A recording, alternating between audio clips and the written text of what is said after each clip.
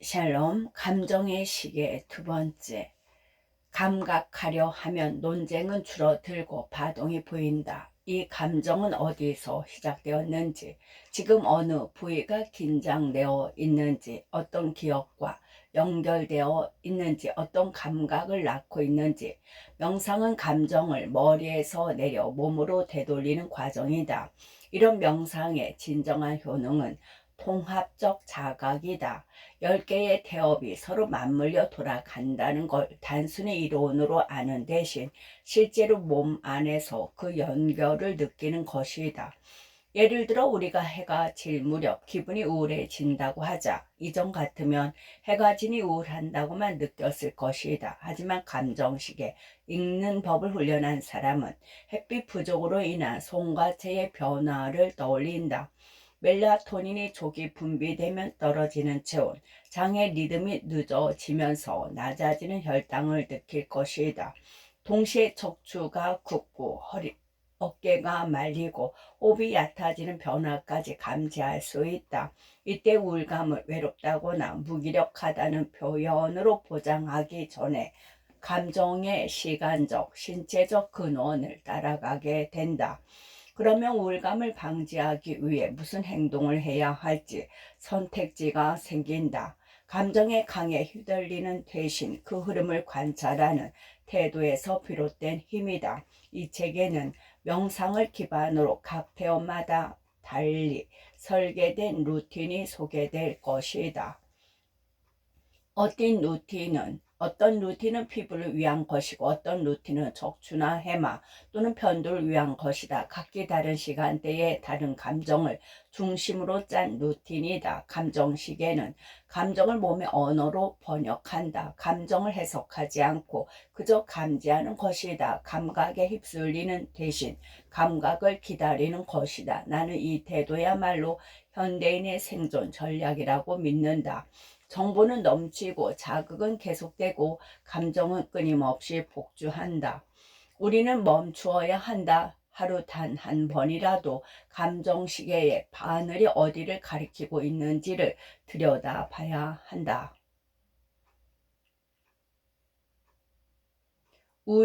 우울은 장에서 시작된다. 선생님, 어떻게 하면 마음이 좀 편해질까요? 정신건강의학과 진료실에서 내가 가장 자주 듣는 말이다. 불안, 불면, 우울, 무기력, 폭식, 공황, 집중력 장애, 이른바 마음의 병이라고 분리되는 문제들이 사람들을 정신과로 이끈다. 그리고 이들 중 상당수는 이미 자신에 대한 꽤 많은 정보를 가지고 진료실을 찾는다. 인터넷, 책, 유튜브, 과거의 상담 경험을 통해 나름의 진단을 내려놓은 상태다. 그들이 밝히는 원인은 대체로 5가지로 수렴된다. 첫째, 오래된 트라우마나 상처. 둘째, 고치기 어려운 성격적 결함. 셋째, 가까운 사람과의 갈등이나 이별. 넷째, 경제적 압박. 다섯째, 의지력 부족. 이 5가지는 얼핏 모두 일리가 있다.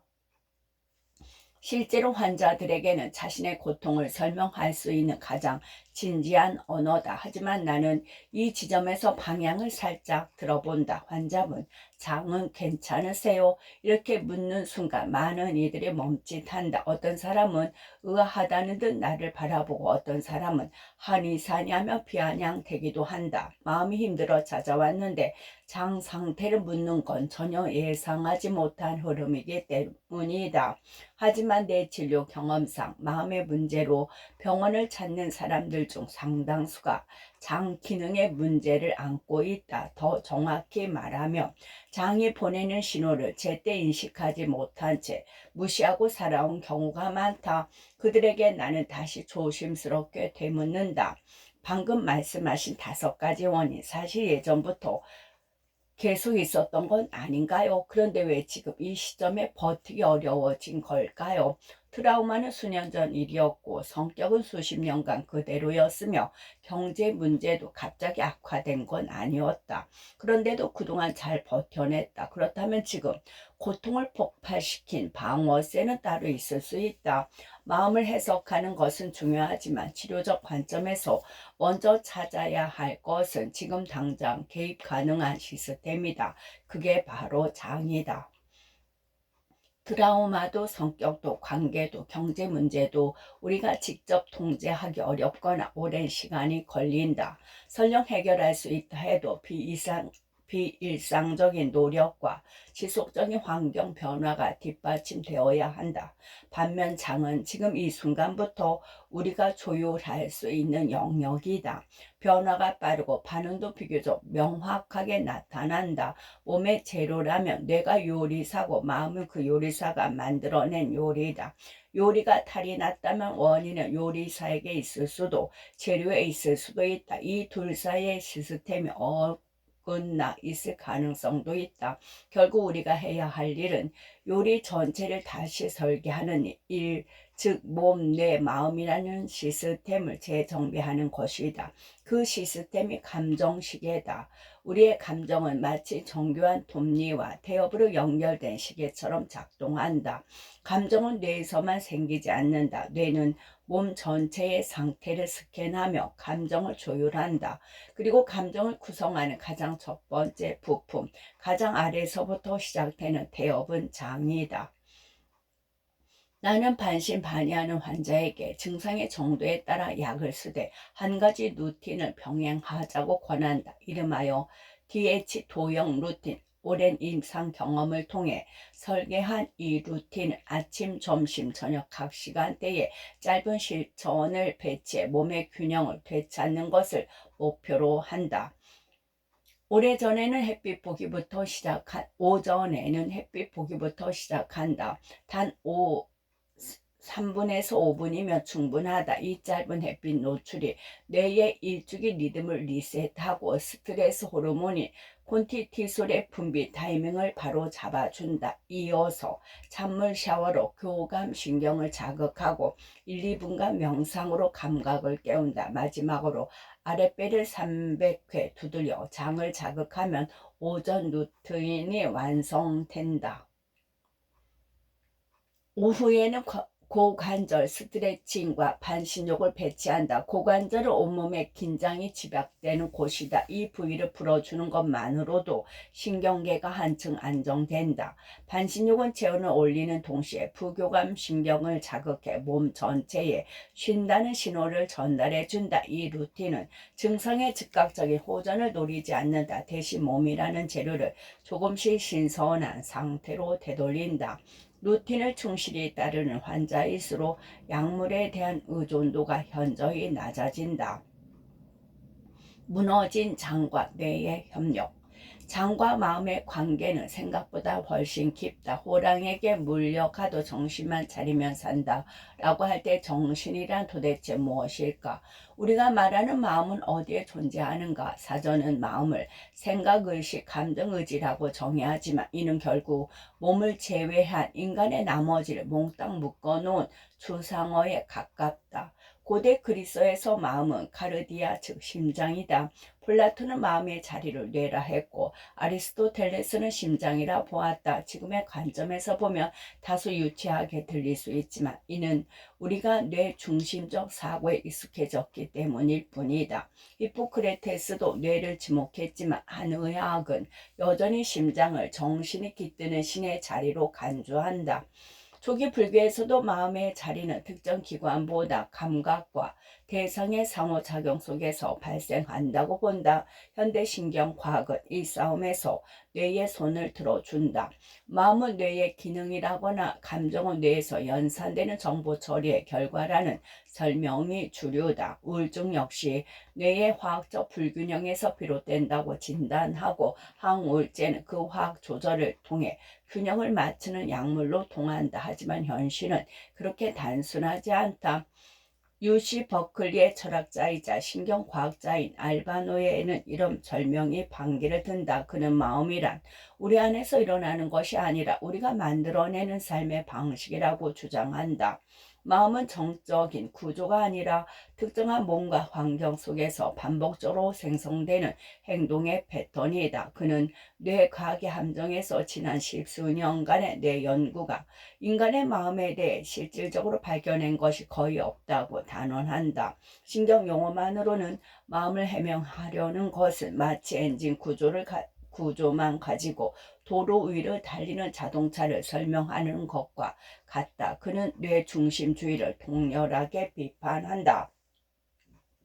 실제로 전체 우울증 환자의 절반 이상은 원인을 알 수 없는 신체 증상을 동반하며 항우울제로 효과를 보지 못하는 환자 비율도 30%를 넘는다. 뇌만으로 설명되지 않는 무언가가 있다는 것이다. 여기서 우리가 주목해야 할 것이 바로 몸이다. 마음은 뇌의 부산물일 수 있다. 그러나 그것은 몸이라는 콘텍스트 안에서만 성립한다. 살아있는 몸, 온전한 관계, 생리적 안전성, 이 모든 조건이 어우러져야 마음은 현상으로 떠오를 수 있다. 심장이 멈추면 삶도 멈춘다. 뇌가 아무리 잘 작동한다 해도 몸이 꺼져 있다면 마음은 어디에도 깃들 수 없다.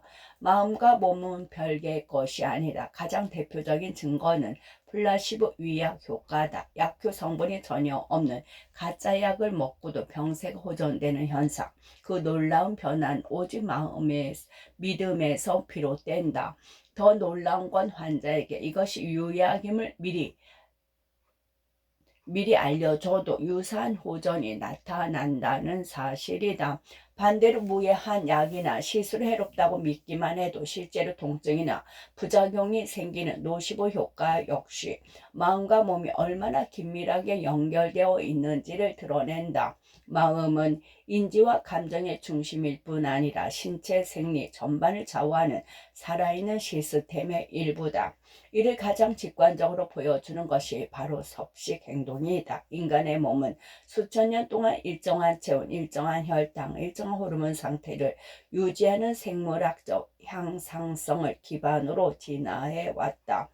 이를 위해 뇌는 배고픔을 유도하는 그텔린을 분비하고 포만감을 조절하는 펩타이드를 작동시킨다. 먹는 행위는 칼로리를 채우는 행위를 넘어 생존을 위한 정교한 감정, 기억, 동기, 판단이 엮인 총체적 시스템이다. 하지만 이 시스템이 제대로 작동하려면 몸과 마음이 서로 발맞춰야 한다. 몸이 무너지면 마음도 흔들리고 마음이 병들면 섭식은 통제력을 잃는다. 문제는 현대인이 더 이상 본능의 리듬대로 먹지 않는다는 점이다. 장과 뇌가 수천 년에 걸쳐 세운 협력 구조는 산업화된 식품 앞에서 무력하게 무너졌다. 패스트푸드와 정제당 자극적인 향미와 과도한 염도는 위장을 혹사시키고 장내 유해균을 키워 생태계를 교란한다. 이로 인해 장 점막은 손상되고 그 틈으로 새어나온 독소들은 자율신경계와 면역계, 호르몬계를 순차적으로 붕괴시킨다. 이제 장은 단순한 소화기관이 아니게 된다. 무너진 장은 독성 물질을 만들어내는 공장이 되어 감정을 흔든다. 우울, 불안, 불면, 충동 조절 장애, 무기력 집중력 저하. 장은 말이 없지만 뇌는 비명을 지른다. 그리고 이 고통은 다시 섭식을 왜곡한다. 음식을 고르는 선택 행위가 점점 감정이 예속되고 쾌락 중심의 섭식이 반복된다. 이런 형태의 식욕을 헤도닉 식욕이라 부른다. 배고파서가 아니라 스트레스와 공허감을 달래기 위한 섭식 행위다. 이는 결국 장을 더 파괴하고 뇌의 만족 회로를 왜곡시키며 감정을 병들게 한다. 단맛은 달콤하지만 그 끝은 늘 쓸쓸하다. 당의 만성 섭취는 신경 전달 물질의 불균형을 유발해 우울과 불안 장애를 증폭시키고 인슐린 저하당을 키워 당뇨로 이어진다. 또한 유아기와 청소년기엔 치명적이다. 2020년 통계청 자료에 따르면 한국인의 비만율은 38.3%로 국민 3명당 1명이 비만 상태다. 그럼에도 불구하고 이 문제에 대한 국가 차원의 실질적인 해결책은 여전히 부재하다. 왜냐하면 이는 칼로리의 문제나 식습관의 문제로 단정할 수는 없고 감정과 섭식이 뒤엉킨 복합적 파괴 과정이기 때문이다. 무지로 다잡기에 마음이 이미 무너져 있는 것이다. 이 악순환을 끊기 위해 필요한 것이 루틴이다. 이 루틴은 정서적 리듬을 회복하는 감정시계의 틀이다. 복잡하지 않다. 오전에 햇볕을 3분간 받고 찬물 샤워로 몸을 깨우고 아랫배를 300회 두드리며 장을 자극한다. 오후엔 고관절 스트레칭으로 하체의 긴장을 풀고 반신욕으로 교감신경을 가라앉힌다. 이 단순한 루틴은 삶의 리듬을 되찾고 감정의 방향을 되돌리는 출발점이 될 수 있다. 다이어트를 고민하는 사람도 마찬가지다. 절대 조급하게 체중을 감량하지 말고 배고플 때만 먹고 먹는 속도를 늦추며 공복감과 친해져야 한다. 공복이 세포를 깨우고 장을 복원시킬 수 있기 때문이다. 장 건강을 무시한 다이어트는 100% 요요로 이어지고 무리한 칼로리 제한은 뇌를 지치게 한다. 가장 효과적인 다이어트는 장내 호르몬을 자연스럽게 유도하는 생활 방식이다. 이 또한 루틴으로 구현될 수 있다. 우리는 삶의 양식을 바꿔야 한다. 감정과 몸이 조율될 때 섭식을 비로소 생송 활동이 아닌 삶의 기쁨이 된다. 마음을 먹는다는 말이 있다. 결심을 뜻하는 이 표현에서 마음은 몸의 깊은 곳에서 올라오는 어떤 의지에 가깝다. 이때 무의식적으로 떠올리는 신체 기관은 뇌가 아니라 장이다. 복심이라는 단어가 이를 잘 보여준다. 본래는 속마음이나 믿고 속을 터놓을 수 있는 사람을 뜻하지만 문자 그대로 풀이하면 뱃속의 마음이다. 영어식 표현이다. 역시 본능적 직감과 감각을 장과 연결 짓는다. 마음은 장에서 느낀다는 이 오래된 직관은 지금 과학의 언어로 새롭게 번역되고 있다. 최근 신경과학계에서 가장 주목받는 개념 중 하나가 바로 장과 내축이다. 뇌와 장은 신경계, 면역계, 호르몬계를 통해 정교하게 상호작용하며 서로의 상태에 깊은 영향을 주고받는다. 장 속 미생물은 그 부산물을 혈액을 통해 전신으로 퍼뜨리고 자율신경계와 면역계를 거쳐 궁극적으로 뇌의 기능에까지 영향을 준다. 장의 상태가 감정과 기억, 사고와 기분까지 좌우하는 실질적 요인이라는 것이다. 이 연결의 핵심 키워드는 마이크로바이옴이다. 이는 우리 몸 안팎에 서식하는 미생물과 그들의 유전 정보를 통칭하는 개념이다. 나는 이를 반려균이라 부르기도 한다. 최근 연구들은 이 마이크로바이옴이 우리 신체를 물론 정신에도 영향을 미친다는 사실을 앞다퉈 증명하고 있다. 예컨대 행복 호르몬이라 불리는 세로토닌이 95%가 뇌가 아니라 장에서 만들어진다. 도파민이나 가바 같은 주요 신경 전달 물질 역시 장내 미생물과 밀접하게 상호작용하며 조절된다.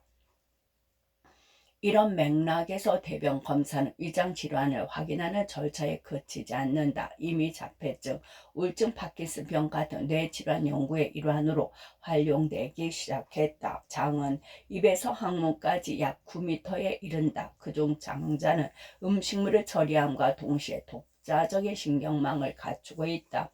장의 연동 운동을 관장하는 근육층 안에는 1억 개 이상의 신경세포가 분포되어 있어 과학자들은 장을 제2의 뇌라고 부르기도 한다. 과학은 이제 마음의 뇌에만 국한되지 않는다는 사실을 보여주고 있다. 장을 비운다는 것은 곧 신체와 정신의 균형을 회복하는 과정이기도 하다. 수천 년 동안 무병장수의 비결로 전해온 소식의 지혜 또한 장과 뇌의 연결성에서 비롯된 통찰이라 할 수 있다.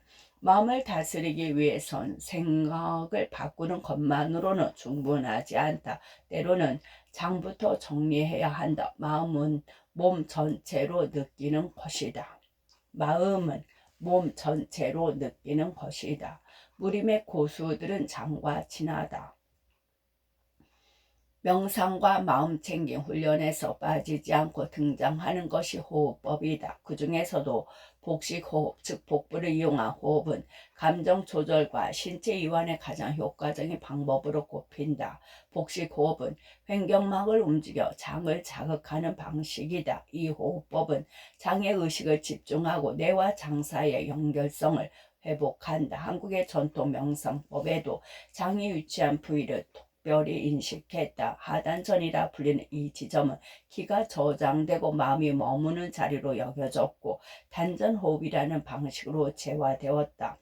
물론 단전호흡과 복식호흡이 정확히 같은 메커니즘은 아니지만 장을 중심으로 호흡을 수행한다는 점에서 깊은 유사성을 가진다. 무협소설에서 단전은 내공의 원천이자 생명력의 저장소다. 고대의 명사법이 신과의 만남을 준비하는 정화의식이었다는 점을 고려하면 선조들은 이미 장과 정신 사이의 관계를 직관적으로 이해하고 있었던 셈이다. 명상의 어원이 치유를 뜻한다는 점도 이를 뒷받침한다. 마음을 치유하지 못하면 섭식도 무너진다. 당 중독, 탄수화물 중독, 패스트푸드 중독은 모두 감정 시스템을 교란시키는 일종의 정신적 중독이다. 이 극단적 증상이 바로 섭식 장애다. 복식증은 뇌의 포만 중추가 제 기능을 하지 못하는 상태다. 배고픔을 유도하는 그렐린이 과도하게 분비되며 식욕이 조절되지 않는다. 이 과정에서 도파민과 노르아드레날린 시스템 이상이 생기고 우울증에 발병하는 경우가 많다. 거식증은 이보다 더 심각하다. 치사율이 10%에 이를 정도로 위협적인 정신질환이다. 공복감을 느끼면서도 먹는 행위를 거부하거나 토해내는 방식으로 체중을 감량한다. 문제는 이들의 체중을 줄이는 데 성공할수록 심리적 통제가 회복되지 않고 오히려 장기적으로 장과 뇌의 기능이 함께 망가진다는 데 있다. 많은 환자들이 자신의 상태를 심리적 문제가 아닌 위장질환으로 인식하기 때문에 치료를 기피하게 된다. 섭식 장애는 감정 조절 실패가 핵심 원인이다. 우울이나 불만 같은 부정적 감정이 시상하부의 에너지 조절 시스템에 영향을 미쳐 배고픔 호르몬 분비를 왜곡시킨다. 그리고 도파민 시스템을 과잉 자극해 고열량 음식에 대한 갈망을 증가시킨다. 의지력 부족이 문제가 아니다. 감정이 장이 다시 감정을 흔드는 악순환이다. 이런 문제를 겪는 많은 이들이 야식 증후군으로 고통받는다. 하루 종일 공복을 잘 견디고도 밤이 되면 뭔가 허전하다. 유튜브를 켜거나 배달 앱을 열고 스트레스와 피로를 음식으로 눌러버린다. 그렇게 무거운 속으로 잠들고 다음날 아침은 무기력하게 시작된다. 마음이 지치면 몸도 제 시간에 깨어나지 못한다. 장과 다시 친해지기 위한 출발점은 복식 호흡이다. 하루 3분에서 5분 장을 따뜻하게 느끼며 호흡하는 것만으로도 부교감 신경이 자극되고 몸이 이완된다. 장의 근육과 미생물 환경이 달라지고 자율신경계와 면역계, 호르몬계의 균형도 서서히 회복된다. 등 따시고 배부르면 그만이라는 속담이 괜히 나온 말이 아니다.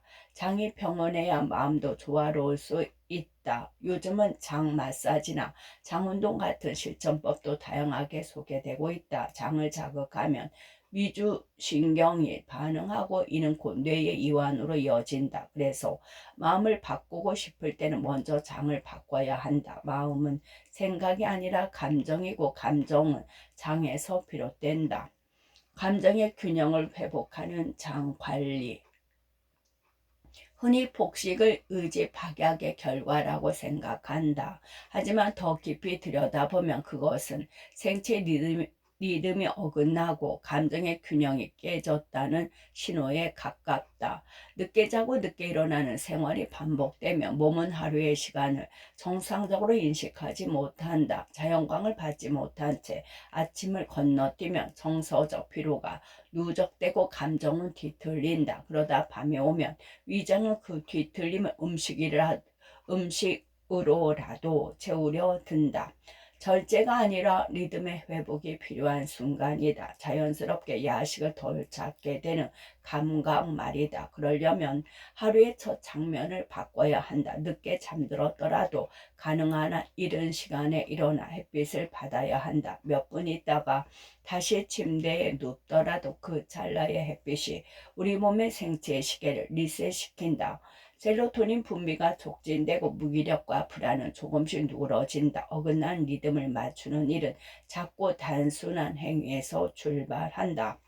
그렇게 아침을 시작했다면 자신에게 조그만 보상을 하나 건네도 좋다. 예컨대 카카오 함량이 높은 다크 초콜릿 한 조각을 먹는 것이다. 이는 자기 혐오에 빠지기 쉬운 아침에 자신에게 건네는 사소한 격려다. 단맛이 항상 죄악이 되는 건 아니다. 초콜릿 속 폴리페놀과 스트레스를 낮추는 노화를 억제하며 정서적 긴장을 완화해 준다. 즐거움과 연결된 루틴으로 지속 가능한 감정 관리의 동력을 확보할 수도 있다. 낮 시간대에는 의식적으로 쉼의 구간을 만들어야 한다. 점심 식사 후 10분간의 멍 때림이나 가벼운 낮잠은 감정과 식욕의 회로를 끊어주는 완충지대가 된다. 해소되지 않은 긴장된 감정은 밤의 식욕으로 되돌아온다. 물론 밤이 되기 전 저녁 식사는 무조건 가볍게 보다는 균형 있게다. 고단백 위주의 식단은 체중 관리에 도움이 될 수 있지만 오히려 수면의 질을 떨어뜨릴 수 있다. 수면을 돕는 세로토닌은 일정량의 탄수화물 섭취를 통해 더 잘 생성된다. 고구마나 밥, 따뜻한 수프처럼 적절한 탄수화물이 감정의 진정을 돕는다. 감정을 회복하려면 덜 먹는 것보다 잘 먹는 것이 중요하다.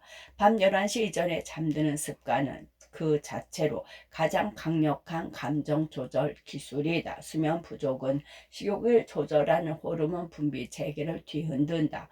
글렌린은 늘고 렙틴은 줄고 더 자주 더 많이 더 충동적으로 먹게 된다. 충분한 수면은 짜증과 불안을 줄이고 감정의 자기조절 능력을 높인다. 수면은 하루를 닫는 해규인 동시에 마음을 비우는 기술이다. 이 모든 루틴을 방해하는 가장 큰 적은 스마트폰 화면이다. 특히 자기 전 배달 앱과 SNS는 시각적 자극, 타인과 자기 사이의 비교를 유발하고 감정을 각성시킨다. 이런 상태로는 결코 쉽게 잠들 수 없다. 식욕도 계속 자극된다. 기계를 끄는 것만이 감정의 자율권을 되찾는 길이다. 마지막으로 나는 자기 전에 늘 연한 꿀물이나 포도당 음료를 한 잔 만들어 둔다. 허기를 완전히 해소하지는 않지만 불안을 진정시키고 식욕을 버틸 수 있게 도와준다. 이 작은 습관이 나를 통제할 수 있다는 감각을 되살려 준다.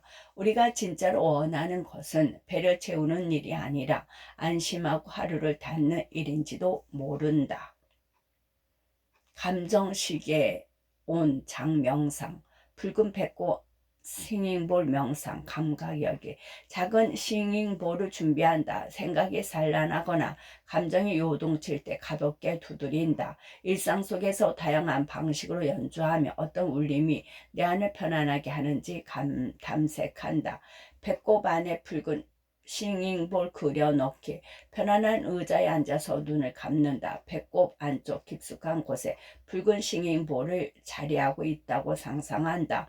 싱잉볼이 내 움직임에 따라 아주 미세하게 흔들린다. 허리를 천천히 흔들며 중심을 잡는다. 싱잉볼을 두드리는 것처럼 손으로 배꼽 주위를 부드럽게 두드린다. 모든 감각을 아랫배에 집중한다. 붉은 울림 시각 과기 상상 속 싱잉볼은 두드릴수록 점점 더 선명한 붉은색으로 변한다. 따뜻한 진동이 배꼽에서부터 몸 전체로 퍼져나간다. 어깨에 힘이 들어가면 잠시 멈추고 이완한 뒤 다시 이어간다. 네 번째, 손으로 온기를 감싸며 감각 정리하기. 식용볼이 있는 배꼽 아래를 두 손바닥으로 감싸듯 덮는다. 배꼽 아래서 퍼지는 따뜻함을 손으로 느껴본다. 다섯 번째, 복부 수축을 통한 중심 강화하기. 곧은 자세로 서서 등에 배가 붙을 듯 아랫배를 바짝 넣는다. 식용볼이 납작해지는 듯한 느낌을 상상하며 10에서 30초간 유지한다. 숨을 편히 내쉰다. 5회 반복한다. 여섯 번째, 복식 호흡. 숨을 들이쉴 때 상상 속 식용볼을 붉고 크게 부풀어 오르고 내쉴 때 다시 작아지며 아래로 가라앉는다. 호흡을 60회 반복한다. 지침. 틈틈이 1시간에 5분은 배꼽 아래에 식용볼을 떠올린다. 발표, 시험, 면접 등 긴장된 상황에 유용하다. 공복감 관리. 첫 번째, 배꼽 식용볼이 울릴 때만 식사하기. 공복감이 배꼽 안에 식용볼을 조용히 울리는 느낌이 들 때만 식사한다. 식용볼이 울리지 않으면 가짜 배고픔이다. 두 번째, 식사 직전 예고 두드리기. 식사 직전 손바닥으로 배꼽 주위를 5번에서 10번 두드린다. 이제 음식이 들어올 거야 라고 말한다. 세 번째, 입, 혀, 목, 위장, 배꼽으로 이어지는 감각지도 그리기. 음식을 씹을 때의 질감, 혀에 닿는 온도, 국물이 식도를 타고 내려가는 감각을 천천히 따라간다. 그 감각이 장까지 도달해 식용볼을 올린다고 상상하며 천천히 식사한다. 네 번째, 식용볼이 넘치지 않도록 공복 20% 남기기. 식용볼에 음식이 80% 정도 찼다는 생각이 들면 식사를 멈춘다. 20% 공복이 내장과 감정의 회복을 돕는다고 생각한다. 끝.